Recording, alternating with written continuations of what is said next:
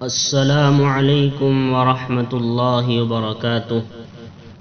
آج کا کیلنڈر یہ ہے، آج چاند کی تاریخ ہے 25 ذی القعدہ سن 1442 ہجری، اور آج سعودیہ اور پاکستان کے اندر چاند کی تاریخ ہے 26 ذی القعدہ، اور آج انگریزی تاریخ ہے 7 جولائی 2021 عیسوی، اور آج بدھ کا دن ہے یعنی وینسڈے۔